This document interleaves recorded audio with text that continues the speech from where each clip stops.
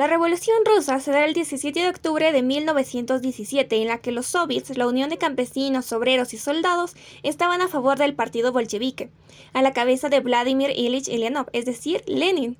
contra el gobierno del zar Nicolás II, que posteriormente lograrían que éste abdicara. En 1922 nace la URSS, la Unión de Repúblicas Socialistas Soviéticas, y a su vez la Revolución Rusa se da a través de la Revolución Industrial. Se introducen conceptos como capitalismo, en el que es un sistema social, político y económico donde el más rico es el que más medios de producción tiene. Los empresarios son burgueses, las fábricas son el centro de trabajo, las personas pasan del campo a la ciudad y se da una explosión demográfica, una crisis social en la que los obreros trabajan más horas pero tienen menos paga. Los burgueses son dueños, son capitalistas, tienen medios de producción y en cambio el proletario son obreros, trabajadores y lo único que tienen es vender su fuerza de trabajo y no son dueños de nada. Es así entonces que tras la abdicación del zar, Lenin implementa una dictadura, una constitución a favor del proletario. La Segunda Guerra Mundial se inició en 1939 y terminó con la caída del nazismo en 1945. Desde el gobierno de Hermann Busch hasta el primer momento de la Segunda Guerra Mundial, Bolivia tenía estrechas relaciones económicas con Alemania y Japón. A fines del año 1941, con el ataque a Pearl Harbor, Estados Unidos obligó a Bolivia a formar parte del partido de los aliados, es decir, Francia e Inglaterra.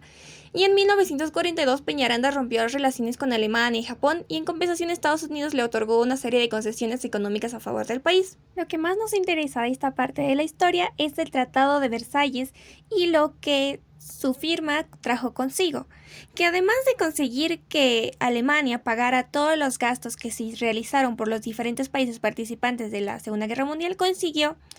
el darle derechos a los trabajadores, pagarles las horas extra, darles todo lo que les corresponde y por su parte Bolivia juega un papel importante en la exportación del estaño, en la que Bolivia entra a una época de los varones del estaño,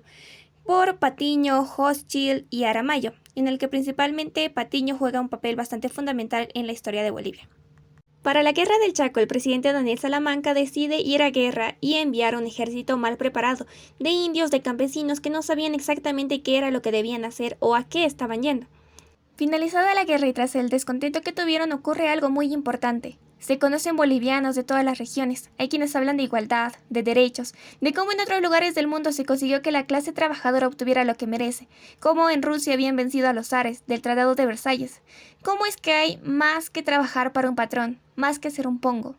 La situación caótica del país dio origen a la alianza de partidos como Radepa y el MNR, donde este último se consolidaría en la Revolución Nacional del 9 de abril de 1952, en el que cumple finalmente con las peticiones no solamente de Zárate Vilca, sino de todos estos trabajadores, de toda esta clase obrera que pedía varias cosas que eran bastante necesarias, como el decreto de la nacionalización de las minas, la reforma agraria, la reforma educativa y el voto universal, que fueron bastante importantes y fundamentales dentro de la historia de nuestro país.